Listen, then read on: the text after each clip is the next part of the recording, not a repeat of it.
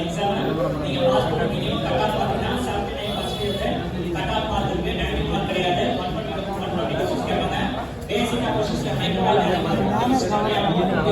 Technology எல்லாம் questions இருக்கும். Aptitude இருக்காது. Maximum micro